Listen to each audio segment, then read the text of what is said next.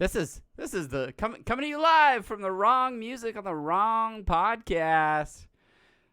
It's the podcast where we play the music for the wrong show. This is Apathetic Enthusiasm.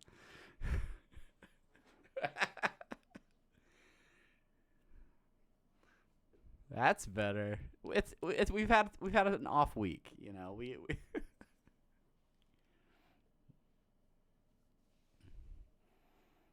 And I'm Travis.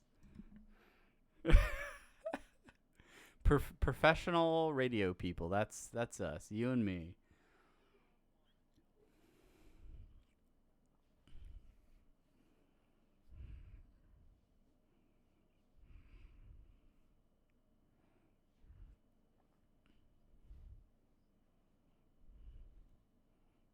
Oh, you gotta like redo everything.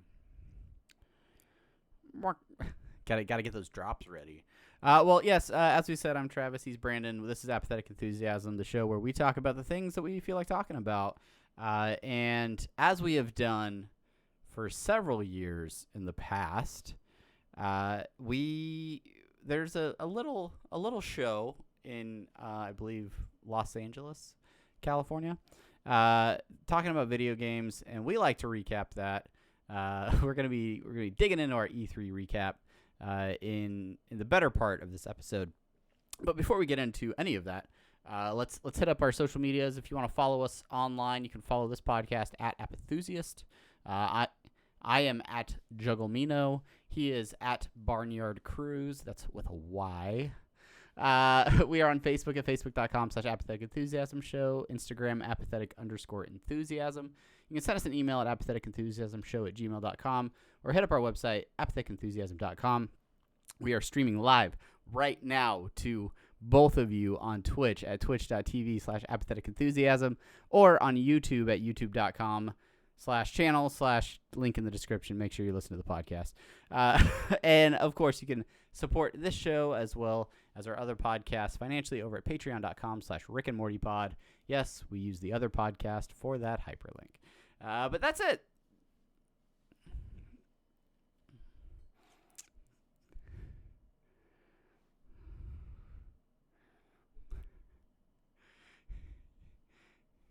Yeah, let's launch it. Let's make it happen.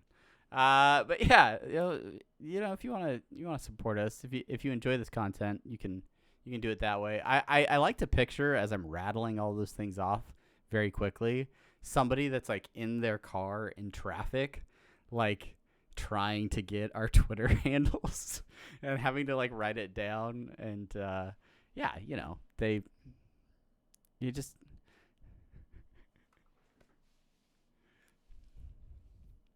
Yeah.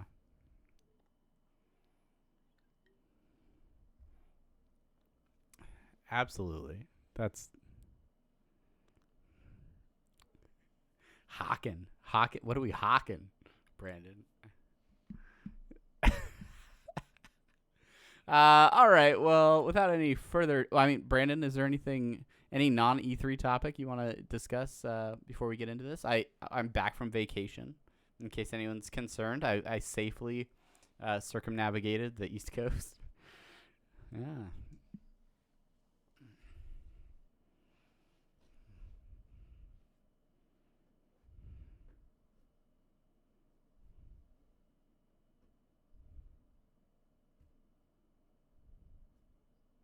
Close the loop. Yeah, road trip was fine. I highly recommend road tripping in a minivan because you have ample space. It's very comfortable. It is a smooth ride.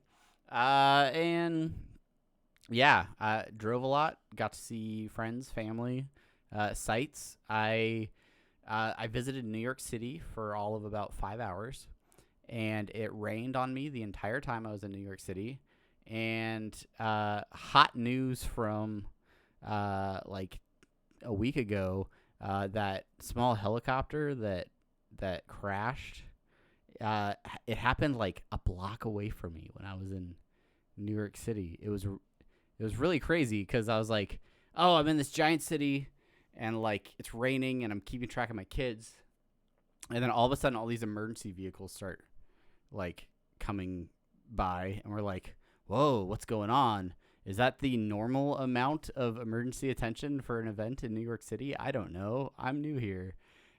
But then we're like, they just kept coming. We're like, wow, that's a lot of stuff. And then they're like closing down the street, and we're still walking around. And then I get the CNN notification on my Apple Watch. Helicopter crashes on top of building in Midtown Manhattan. And I looked at Sheena and I was like, Sheena, we're in Midtown Manhattan. Like, weird. And it's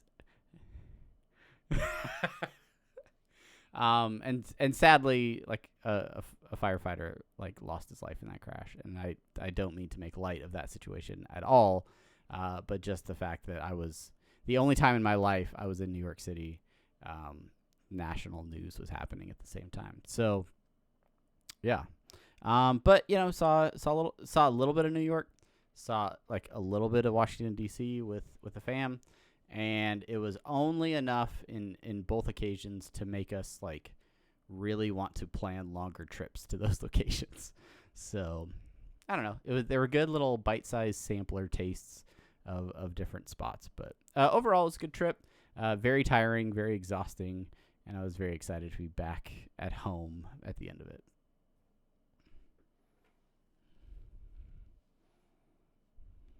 No.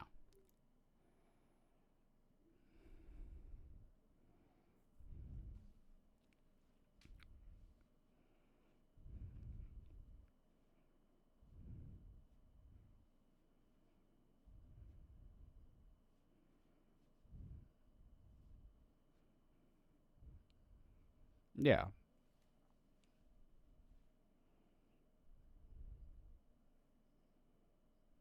Yeah. Yeah, I'm good. I'm not planning any long-term stays at this rest stop.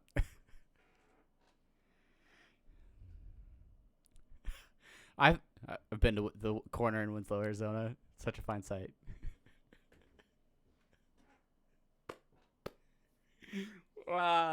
Typical West Coast kids who probably road tripped through the same highways in our youth. Yeah, but kids did great. It was a good vacation.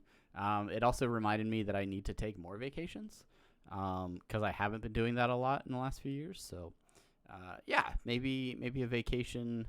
I don't know, to Florida or something, or maybe to Los Angeles next year for the Electronic Entertainment Expo or whatever E3 stands for.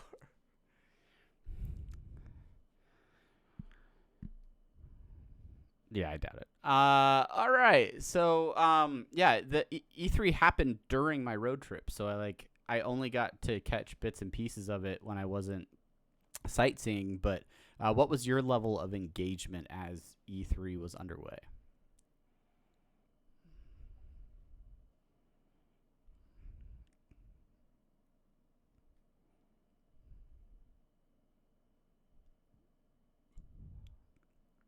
Like group watch party type.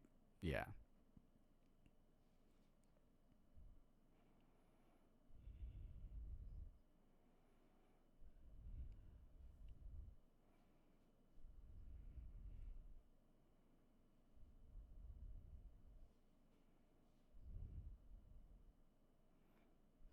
Yeah. Yeah.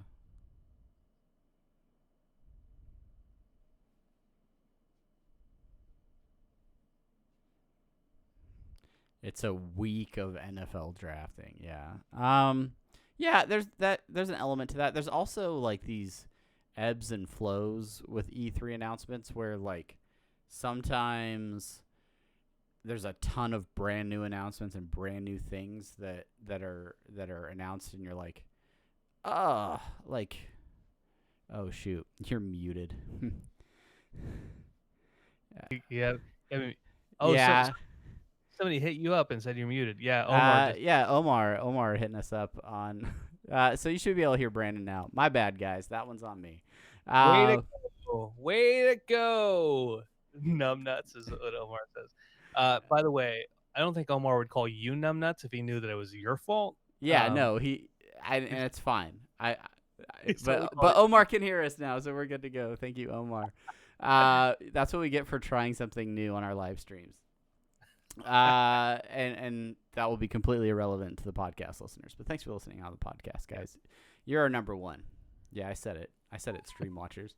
But anyway, yeah, like there are some E3s where like there's tons of new announcements, and it's like, oh, all these new consoles are getting announced, or oh, they're finally gonna announce Smash Brothers and Fallout 76 and all these, huge AAA titles. And then there's years where they're like, hey, here's a game we announced last year. It's coming out this year, guys. Or Battletoads. yeah. So I don't know, like what Cyberpunk? What is it? 2077 or something? 2077, yeah. Yeah, like that was a game that when it got announced last year looked amazing. We hyped it up a little bit on the podcast, and now they're like, "Hey, it's still coming out. It's closer to done. It's got Keanu Reeves in it, guys." Oh, God, we should have an entire episode. Side note: we should have an entire episode on Keanu Reeves and the. I'm writing that in the show notes right now. The Keanu song. He's undergoing a renaissance, a Keanu-sance. And special shout out to Billy Postel, who gave me that term. A Keanu-sance? Yeah, he's like, for a long time you didn't hear of Keanu. Like he had done The Matrix and he had done stuff here, there, and everywhere. But once John Wick came out, it's like, let's talk about Keanu Reeves and how awesome he is and how he doesn't actually hug women in pictures. Yeah, he has the like floating hand thing, right? Like hand hover. Which is hand hover. Yeah, that's fine. He's patented move.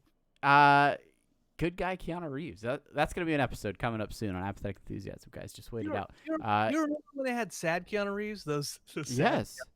I think I saw 3D printed sad Keanu Reeves statuettes at one point in my life. Right. Yeah, so between now and when we actually record that episode, I promise to watch the first 2 John Wicks. And moving on. So Dexter's seen more John Wicks than you. 7-year-old. Dexter's seen a lot more things than I have. So yeah. All right, let's not go like studio through studio. Let's not go like what was the one takeaway of all the things that you sort of saw from E3 that you were just like, really, yes, that's something I'm really excited about. That's something I really want to play. Oh man, there's just so many things. And let me just scroll through. No, I don't know. It's funny.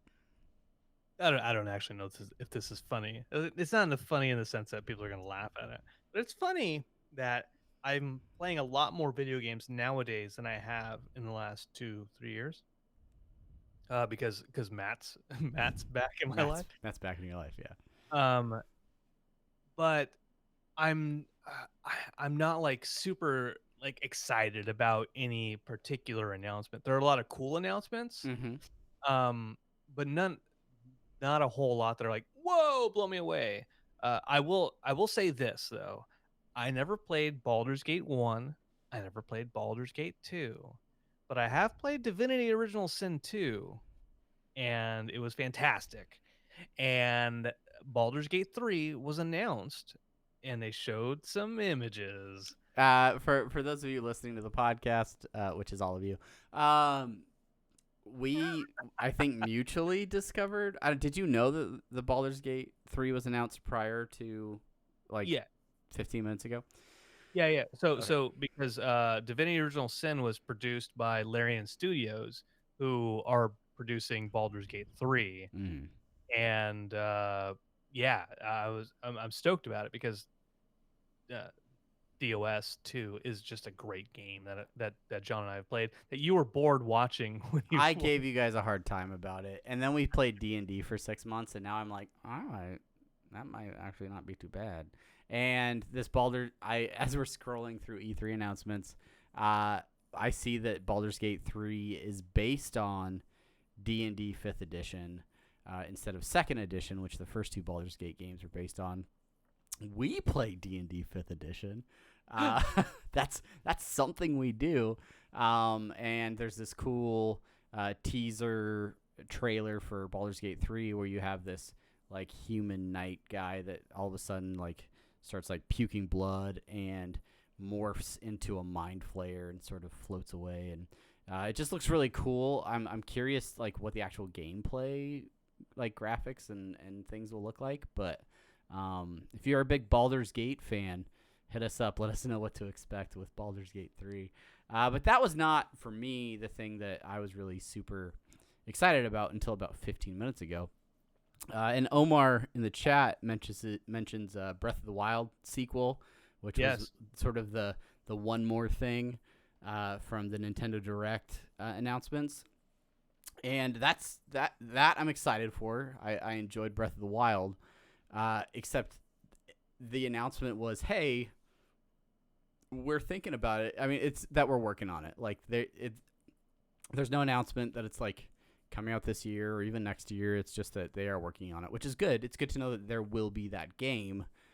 But the other Zelda game that they announced, Link's Awakening, actually had me a little bit more jazzed because I don't know, it looks kind of fun. I like the announcement with the little like dungeon builder like element where you can like collect dungeon rooms and then build like little layouts and play. I don't know. If it looks like it's probably a Switch game, right? Yeah. So yeah, I don't know. I'd play that. Whenever my son lets me use the Switch. Go. I want to. Okay, let's talk about Link Awakening first. Link's Awakening first, the remaster making of it, and then talk about Breath of the Wild again.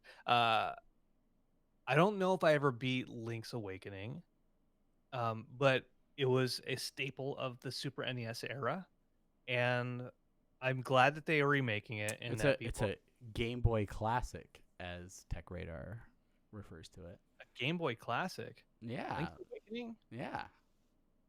What? While announcing the release date for this hotly anticipated reimagining of the Game Boy Classic.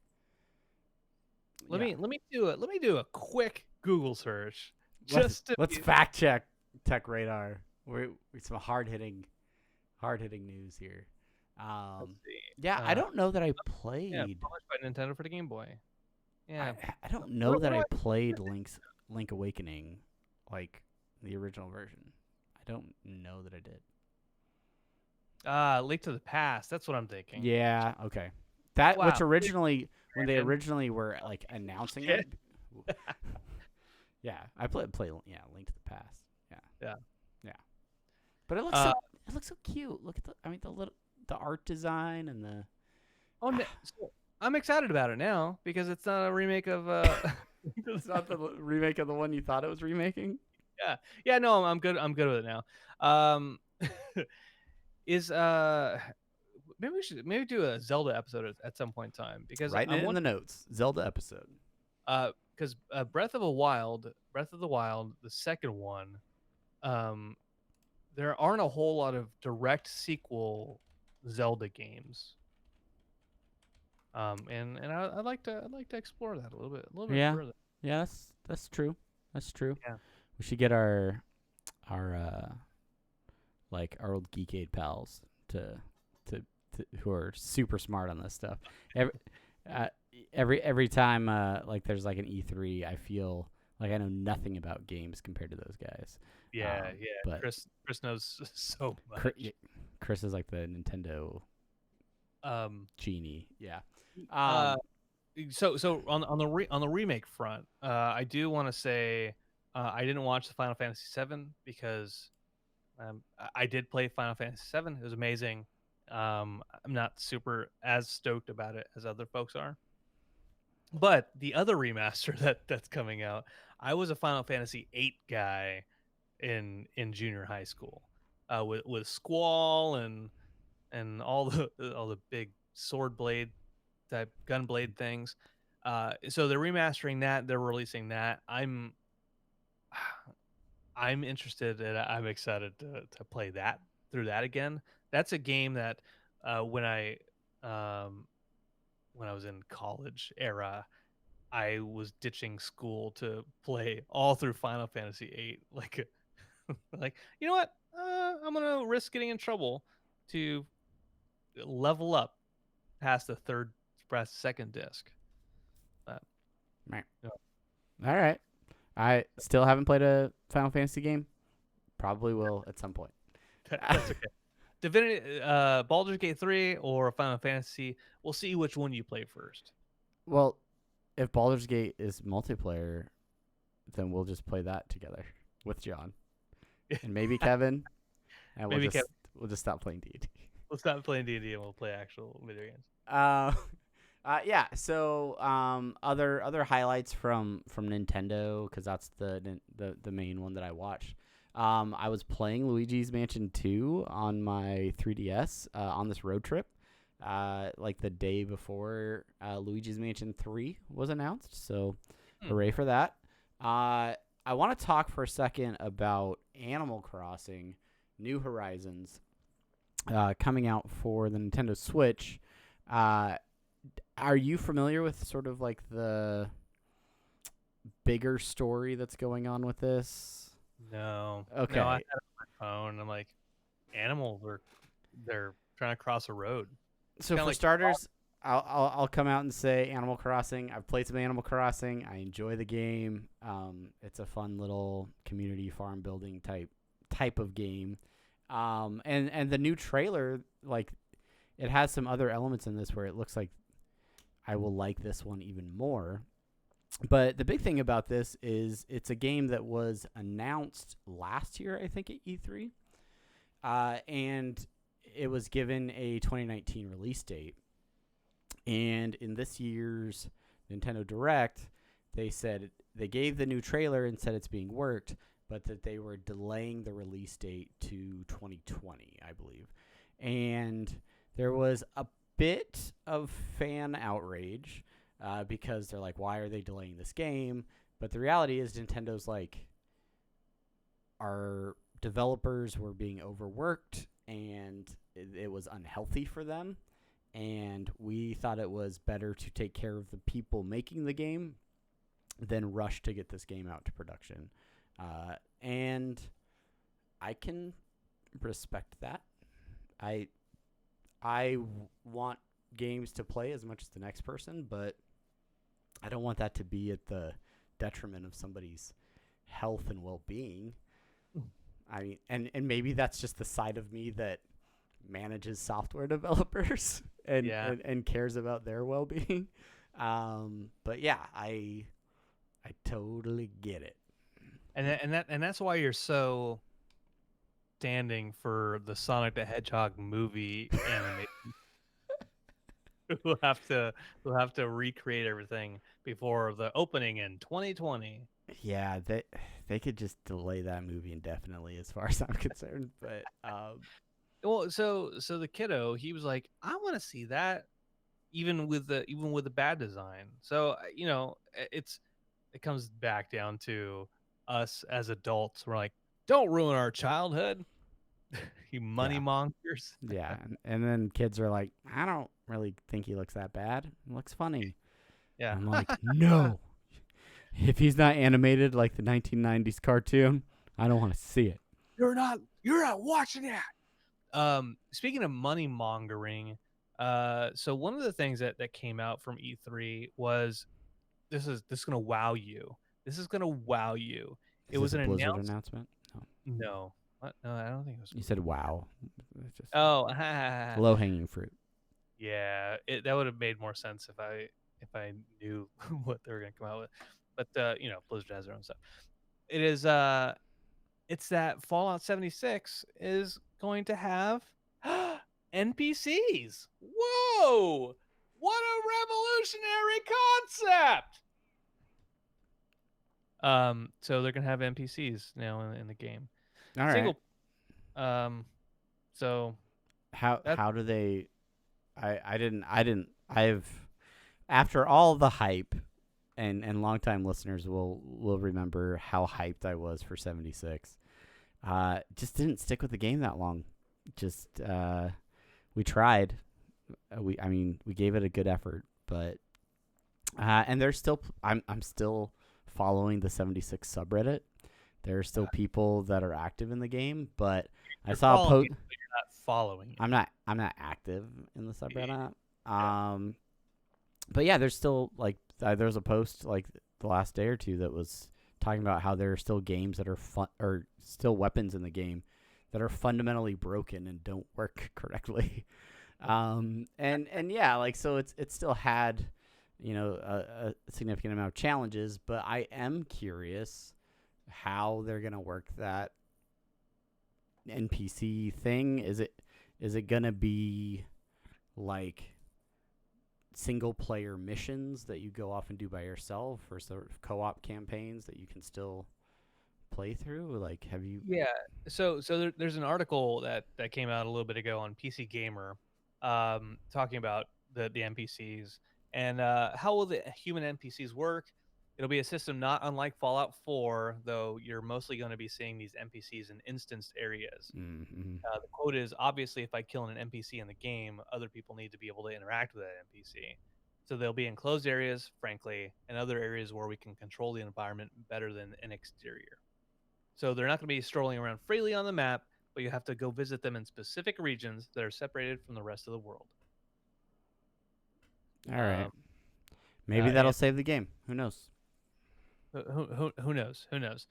Yeah, Probably won't. I was talking about Fallout 76 the other day with Omar. Oh, is it a Oh jazz? my! And he's like, I don't care, that game is trash. So it was a very one-sided discussion. There was another coworker of ours who still plays the game.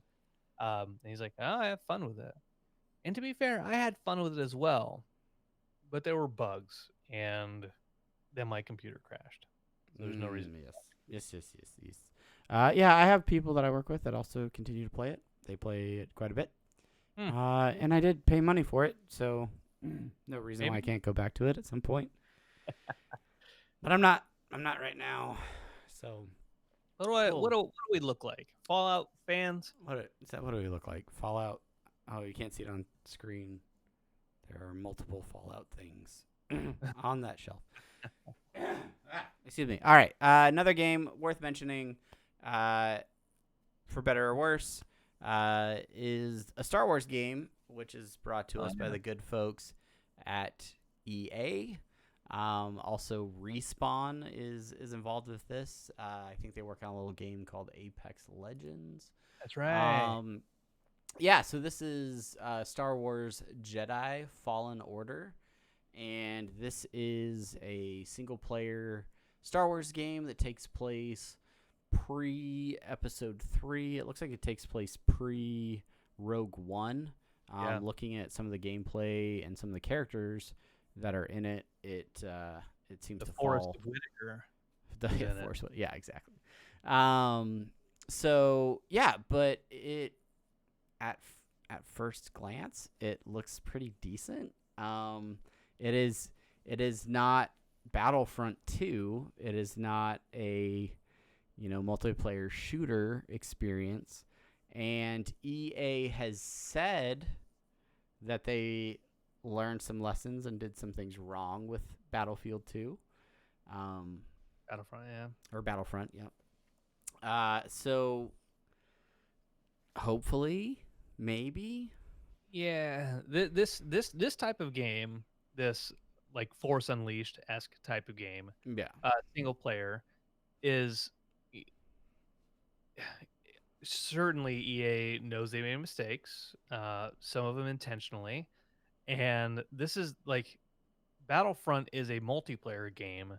This is a single player game. So they're completely different lessons to be learned from Yeah, no, from the that's definitely fair. Yeah. uh I Matt and I, because Battlefront 2 is on EA Access, and so like downloaded like, oh yeah, let's play this together. And I don't want to back when the other Battlefronts for Xbox was out, you could just have your instanced game with your friends. You wouldn't have to go this massively multiplayer type world. So the other day we loaded up. We're like, oh, cool. Let's just do like some single like co-op training missions at least. And there's none of that. There's nothing where it's just him and I can go kill some stormtroopers. And y- for Star Wars fans, and you don't want to have to always go with a bunch of strangers. Really, with any game, we don't always need to be with a bunch of strangers to have fun and want to Yeah, be. yeah. Oh, so anyways, so they made a mistake, and I just want to take a spaceship. I want to get in an X-wing, and I want to fly to a Star Destroyer, get out of the X-wing, and then take out the generator, hop back in the X-wing, and fly out of it. Is that so difficult, EA? Whatever. Just take my suggestions, make a game to fit my needs. That's all I'm asking for. F them. But I don't know. It's another Star Wars game. Looks kind of cool. They're not releasing it on Switch. So sorry, Nintendo fans. But it'll be out on most other platforms. So yeah, good for them. Yeah, I don't know. It looks like a linear Star Wars game. So I don't know. Any other major news? Contra Rogue Core? Are you really excited? That game game looked weird. It's like a weird top-down version of Contra. But the Star Wars they're coming out with a new Star Wars Legos game. Star Wars Lego game that has all 9 episodes of the saga, which means yes, the unreleased episode 9, Rise of Skywalker, is part of that. From what the articles are saying, the folks who are working on the game haven't even started on that last episode because they haven't been the plot hasn't been released into them yet. They haven't been included in the NDA but they've been saying about the Star Wars Lego games, this new one, that it's a much more closer behind the shoulder view than the standard Star Wars Lego game. Oh, wow. Okay. That's interesting. Because, yeah, those usually are... The characters seem really far away, sort of. All right. Well, The Outer Worlds is back. That game's supposed to be coming out. It's... do you remember that announcement from last year? No, I don't. It is... who's the developer? Obsidian Entertainment. So it's very much like Fallout style.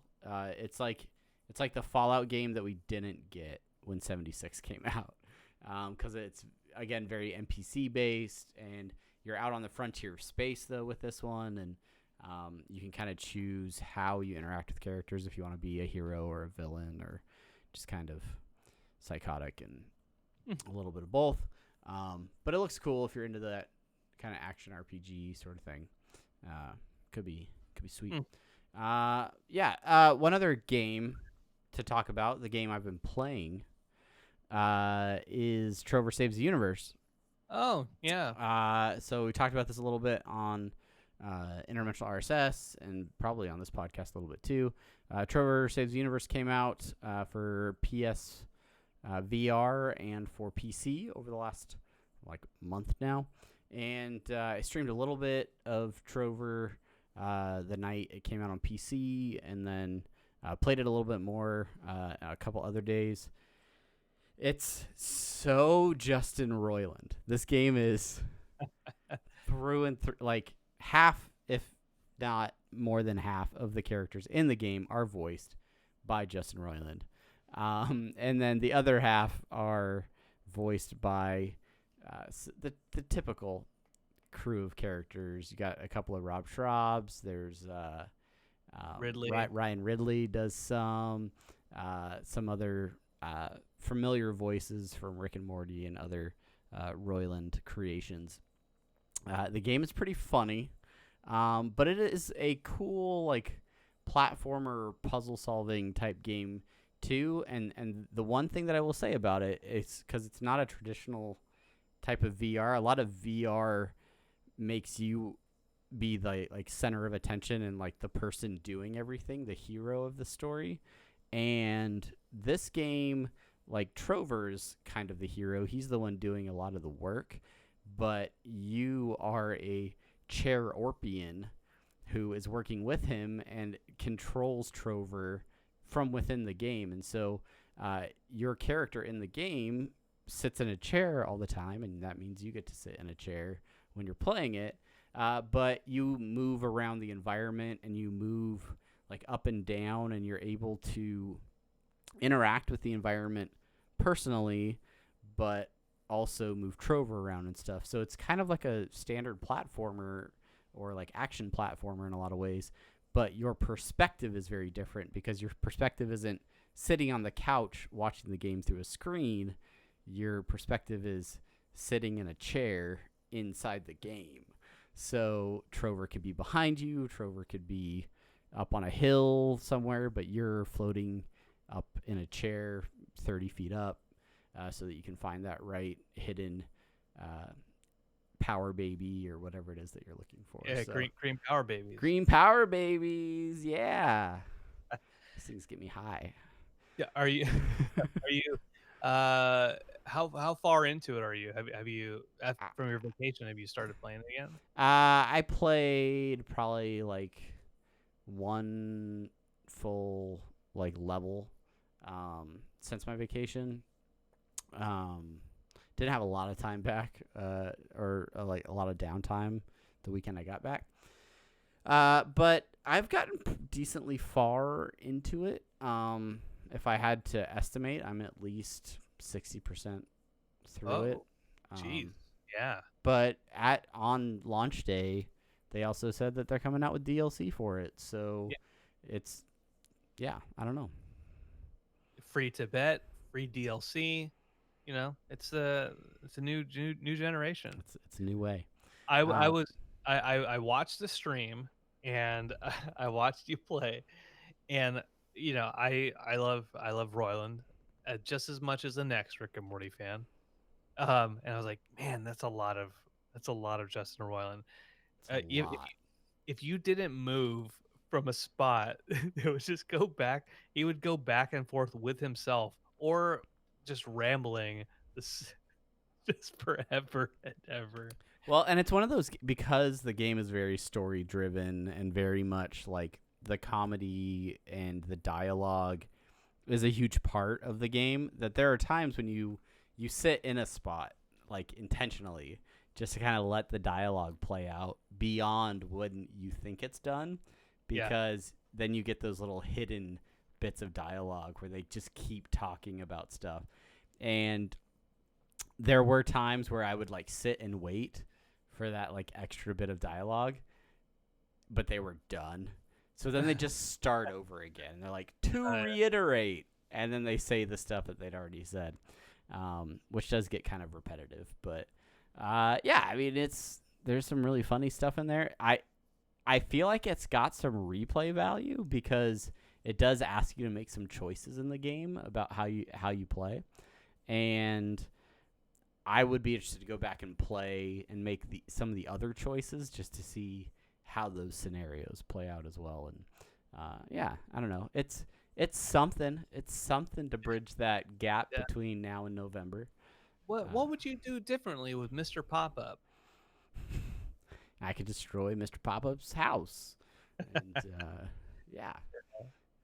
So instead of killing the house full of pregnant women. You know, so in E3, well, before E3 showed up, Borderlands 3 was announced, and this is kind of like a topic with Game Pass and Borderlands 2. So we'll talk about Borderlands 2 because that's the first thing that I mentioned. Borderlands 2, I've been playing that with Matt. I reloaded it because it's on Game Pass right now. And talking about replay value, I forgot how fun that game is and how cool there's just so much stuff to do. How great the combat feels, the guns feel, all the different characters that you can level up. And playing with a kid, play with Matt. Borderlands 2 is fun, and there's a DLC out now that like bridges the gap between Borderlands 2 and what Borderlands 3 storyline in that will be. So I just want to give a shout out to Borderlands. That's I'm looking forward to it. And if you're a PC player like our friend Kevin, so lucid, So, uh, he is not going to play Borderlands 3 because what is it? What store is it that they're Epic, the Epic That's Game right. Store exclusive. He's not thrilled about that, which I don't blame him. But I'm gonna play it on Xbox, so whatever. So let's talk about Game Pass for a minute because I saw some television ad or something that was talking about Game Pass or Microsoft's Game Pass or something, allowing you to play both on Xbox and PC. Do you know anything about this? Yeah, is that was that a kind of like a, hey, here you go, here's a Soft, like, set you up to answer? yeah, or I, was I, that I legitimately don't know, so if you know the answer, you can tell me. While I yeah. also Google it to fact check you. Yeah, well, so you can fact check me. That's fine. So the Game Pass Ultimate allow it. I think it's going into beta. It allows you to for like $20 a month, you can play all the games that are on Game Pass on either the Xbox or the PC, and you can play them together at the same time. So I can play Borderlands 3 with you if you. I think if that's on Game Pass, I'll if it hypothetically.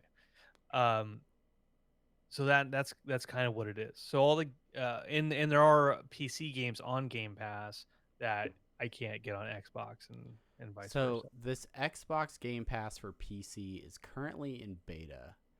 It says it's $4.99 a month. Introductory price of $4.99 a month. The Yeah. MSRP is $9.99 per month. With a huge variety of games. So that's just for the PC. The Ultimate is both PC. Oh, okay. All right. I gotcha. Yeah, but dude, there are so many games on there, and here's a list of the games I've downloaded from Game Pass that I've played with Matt at some point. So Need for Speed Payback. I've played like these these other like random like kind of indie games. Crackdowns on there. Borderlands 2. I've downloaded some single player games. There's Banner Saga 1, Banner Saga 2. There's a crap load of them, and I thought I had more memorized before I started talking, but there really are a bunch, and so much so that uh I'm overwhelmed by, oh crap, where do I start? I need to focus on one of these games to get from. Yeah. This is very interesting, and it looks like Game Pass Ultimate will cost $15 a month. That's the confirmed U.S. pricing. Mm-hmm, Uh, mm-hmm. Sign-ups will be $1 for the first month, but yeah, I think I'm already like throwing money away every month on a sort of Game Pass version for my HTC Vive, a Vive port subscription. I could cancel that lickety split because Yeah. this looks really cool, and it Now we can start playing games with each other I again. know You don't have gold anymore. I think I may have accidentally resubscribed. I might have that on auto renew. But yeah, okay, so that's cool. That's cool because then I Yeah. could play like Sea of Thieves. Oh yeah. Sea of Thieves is another one. Yeah. All right. Well, that's pretty Guacamelee. awesome. Guacamelee, Guacamelee 1, Guacamelee 2. Me and the kid, 7-year-old, we played Guacamelee 1 and 2. And those games, usually be like $20, $15, $20 each. Yeah.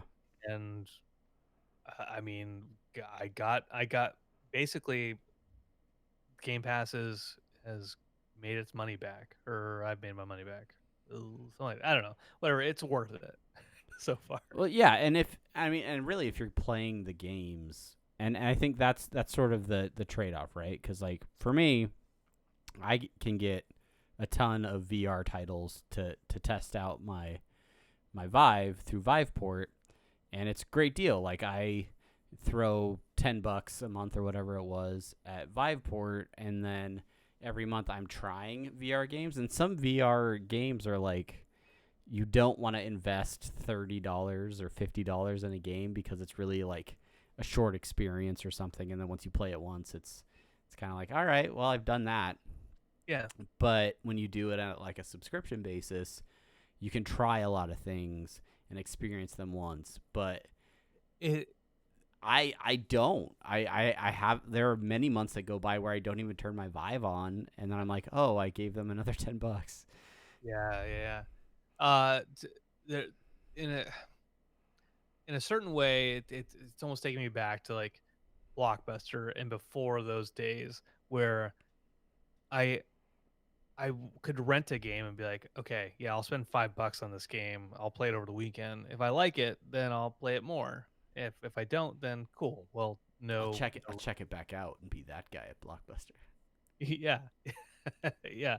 Um, and I don't know about the I don't know about the Vive and the VR piece, but having that type of thing on a console or the PC, I think gets us back to um, what all these different variations of genres that are out there. Be like, I want to try it. Oh, that's not for me. Cool.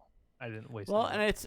I mean, this is gonna get a lot more like sort of philosophical, but in terms of like where media entertainment is going now, like it's the struggle that cable companies have against like Netflix and even like Hulu to an extent, where it's like I pay for Netflix. I pay whatever the Netflix charges every month, and if they're like new shows come out on Netflix all the time, and it costs me nothing else like extra to give it a shot.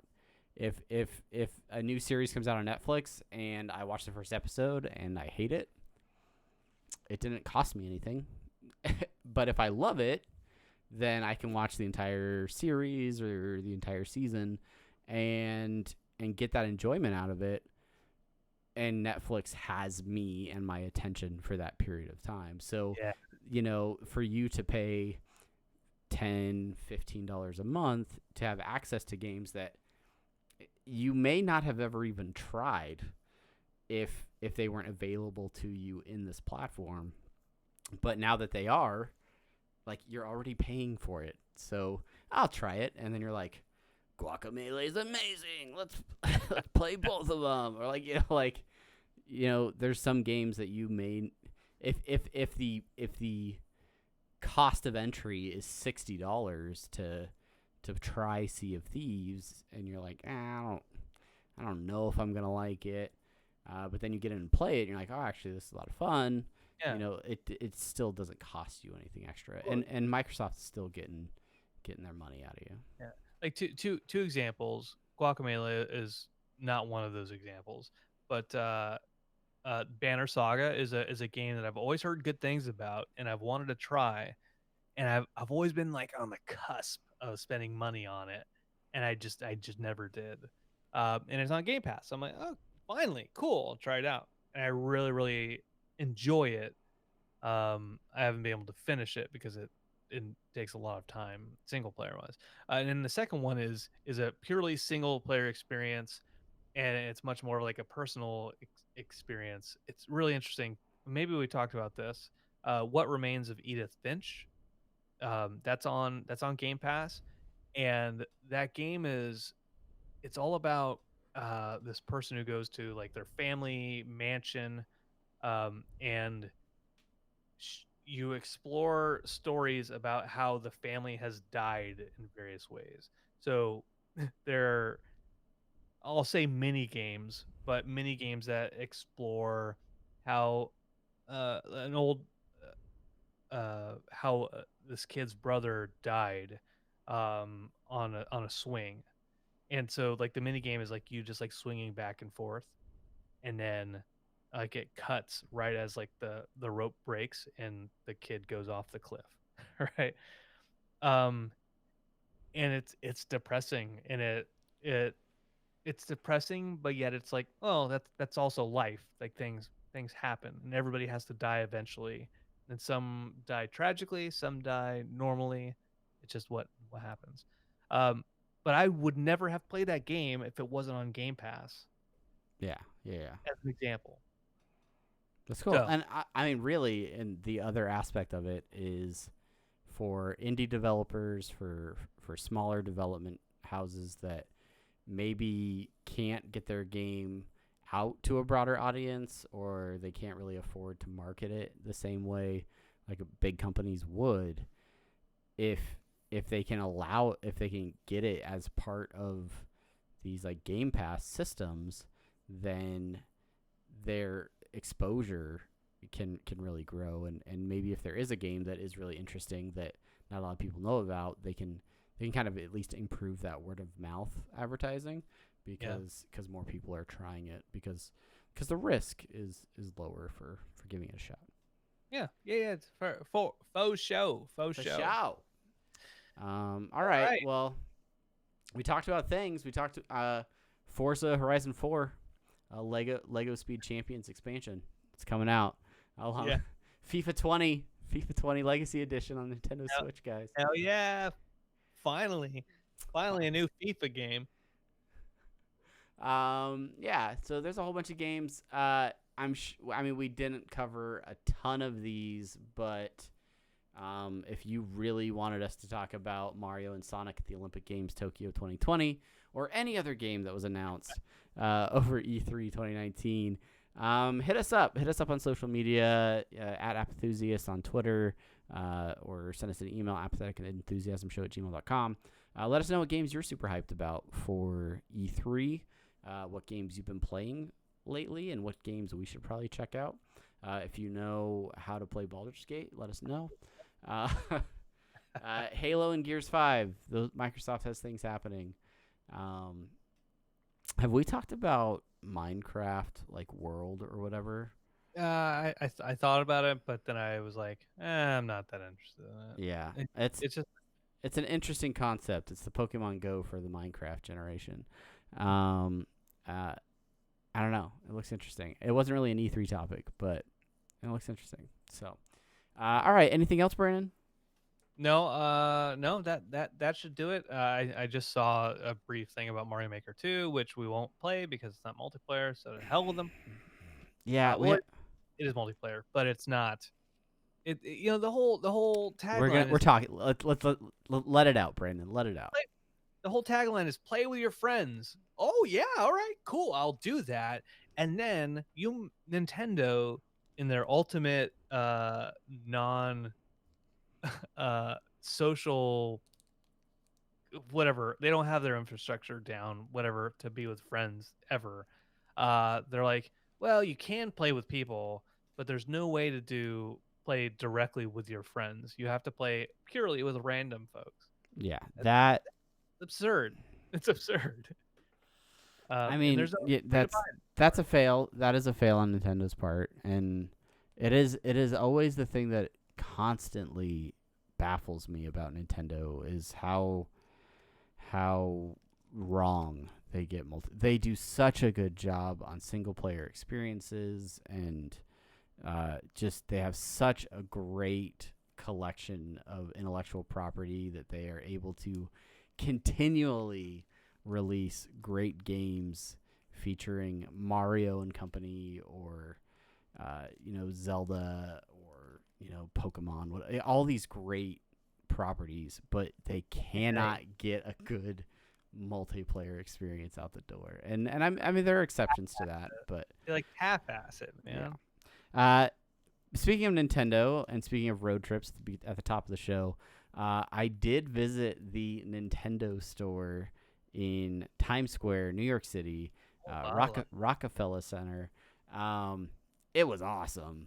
It makes I think on a past podcast we talked about the speculation of a Nintendo theme park, Mm-hmm. and that store makes me wish more than anything that there was a Nintendo theme park, because that place would be amazing. The store in New York City is 2 stories of wall to wall Nintendo. There are large sculptures of Nintendo characters, walls of plushes and apparel. Every version of a Nintendo console like ever created is in glass cases for your Ooh. viewing pleasure. Um, every amiibo that has ever been, and so just on. I went there for my son Of course. and for Yeah. me and for me, That's for him. and we had a blast. It was really cool, and I gotta say, the staff there, top notch, really great, super helpful, very friendly. So thank you, Nintendo New York. Yeah. It's, very, very, very, very cool. Travis, I realized as you were talking about things that at the very top, at the very beginning of the show, you said, "Well, what jumped out at you about E3? Like, what was one announcement that jumped out at you?" And I was very kind of like wishy washy, and I didn't really have anything. And it just occurred to me. It jumped out at me. You were talking about the Nintendo store, and you're talking about all these old consoles, old consoles. Konami announced that they are releasing their TurboGrafx 16 Mini, and Yes. I am one of like 10 people in the US who had a TurboGrafx 16, and I saw that, and Omar, I think he can attest. I was just like, "Oh my god. Yeah. Yeah!" I was so excited, and I think we're at lunch and I started ignoring everybody because I was reading the news. But I'm so excited about the TurboGrafx 16 Mini. Uh, TurboGrafx originally developed by NEC and Hudson. It was like a partnership, and then Konami bought Hudson, so that's why Konami is producing this console now. But like Bonk's Adventure, Keith Courage, Bloody Wolf. I had a game called Motor Rotor and Turbo Sports Football and Legendary Axe. All these great games. I don't know if they'll all be on the TurboGrafx Mini, but here's sincerely hoping. I'm excited about that. That's the Six last thing I want to say. six titles have been announced so far So far, yeah, yeah. for North America and Europe. Bonk's Adventure is in Japan. Uh, Splatterhouse, yeah. Omar, yeah. Damn right, damn So right. R-Type, Wise Book, 1 and 2, New Adventure Island, Ninja Spirit, Alien Crush, and Dungeon Explorer are all confirmed for North America and Europe. Yeah. Yeah. Never played a TurboGrafx 16. Uh, Never. Don't know that I've ever been in the same room as one. you know, so you look at the cartridges for the Switch, right? The small little, they're yay big. TurboGrafx to me was how they failed. It must have been because Nintendo and Sega were taking the reins, but they had just little cards. They had like just these cards about yay big, almost like the size of a credit card, Mm-hmm. and that's where your games were on. And then you could take those and you can put them in a Turbo Express portable, their handheld device, and you wouldn't have to buy new games. You could just take that card, put it in the portable device, and play it on the go. Sure, it ate a whole lot of batteries, but Yeah. Yeah. uh, it was. I think they were ahead of their time with what they were trying to do, but they just didn't have the sales that they needed. All right. So Well, Alien Crush. not that I have a Raspberry Pi that's set up with RetroPie or anything, but if I did have that sort of thing, I'm sure there would be some TurboGrafx cards or games that I could potentially play on it if I had that hooked up in front of me Yeah, right now. it's not the same It's not thing. the same. Like It's not you the can same. have the games on your RetroPie. That's great, But having these mini consoles, like I don't need the Sega mini console, I don't need the Nintendo mini console, but I've been looking for a TurboGrafx 16 in pawn shops, in the classic video game stores for the last 15 years. And Will having a mini satiate your desire? hell yeah, it will. All right, Hell good. yeah. Chelsea, if you're listening to this, which I know you're not, She is not. that is what I want for my next gift. I see. Now it's my job as your friend to remember that when she again asks me what you want for the gift giving holiday. And a dog. And a dog. What's his name? Chubby? Champy. Champy. That's so cute, little shit. All right. Anyway, that's all I've got for this E3 extravaganza 2019. Yeah, that's it. Yeah. So let us know what you guys think, what you guys wanted to see, and then we'll be back in a couple of weeks with an episode all about either Keanu Reeves or The Legend of Zelda, or whatever else you guys want to talk about. If you guys have a topic that you want us to discuss, hit us up on social media. Let us know what you're interested in, and we'll chat about that. If you are a new listener to this podcast, for starters, welcome. Thank you for joining us. Thank you for checking it out. If you're listening to the audio-only version of this, you probably have some sort of podcatcher that you prefer, maybe Apple Podcast, maybe Spotify, maybe something else. If you can rate and review this podcast in that podcatcher, that certainly help us out. Let us know what you like, what you don't like, and yeah, just share it with a friend. Let them know about these two silly lads that talk about video games and such. But that's it for this week, and it's good to be back. Good to be podcasting. And until next time, I'm Travis. And I am Brandon. And thank you for joining us. That's the right music. That's it. I got it right this time. He hit the right button. Don't make me laugh. I'm fading it in and out. I gotta be gentle. Gentle touch. I need to All right, bye.